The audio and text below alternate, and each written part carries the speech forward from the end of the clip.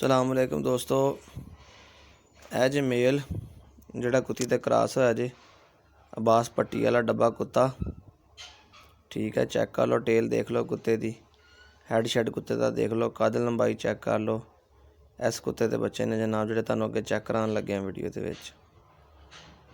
ते यह बच्चे दुध पी रहे हैं। एक डब्बा कतूरा, एक डब्बी कतूरी है। आ दोनों काले जिहड़े ने कतूरे आ। ठीक है, 3 कुत्ते ते 1 कुत्ती फॉर सेल हैगी है।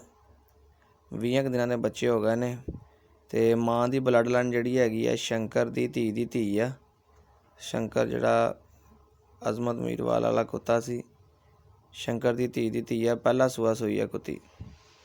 4 बच्चे दिते ने कुत्ती ने, ते बच्चे 5 दिते ने, एक ना आप रखना सी। ते यह 4 बच्चे ने। लंबाइयां वेलां बच्चों दी चेक कर लो तुसीं दोस्तों। ठीक है, तुहाडे सामने है। 2 डब्बे कूलर आ, डब्बा जोड़ा वा, कुत्ता कुत्ती आ। ते 2 काले जिहड़े ने कुत्ते ने।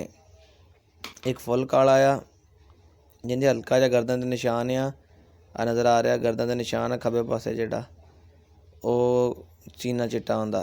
ए कुत्ती देख लो, कुत्ती दी लंबाई चेक कर लो। ठीक है, कद शद कुत्ती दा देख लो, वेल कुत्ती दी देख लो, तुहाडे सामने आ दोस्तों। ए फॉर सेल ने। ते बच्चे तुहानूं मिल जाणगे 10 दिनों तक। जिन्हें लैणे दोस्त ने पेमेंट कर देवे, बच्चा जिहड़ा बुक कराएगा मिल जाएगा इहनूं। आ वेल कुत्ती दी देख लो। ठीक है, तुहाडे सामने ने। ए बच्चे 5 सीगे। आ वाइट बच्चा जिहड़ा इन्हां ने आप रखना ने। ते ए वीडियो कुछ दिन पहले दी है। ते ए देख लो डब्बे जिहड़े ने। ए डब्बा जोड़ा वा, एक कुत्ता ते एक कुत्ती है। ए जोड़ा ने डब्बे। ते बाकी भी बच्चे तुहानूं चेक करवाउने अगे।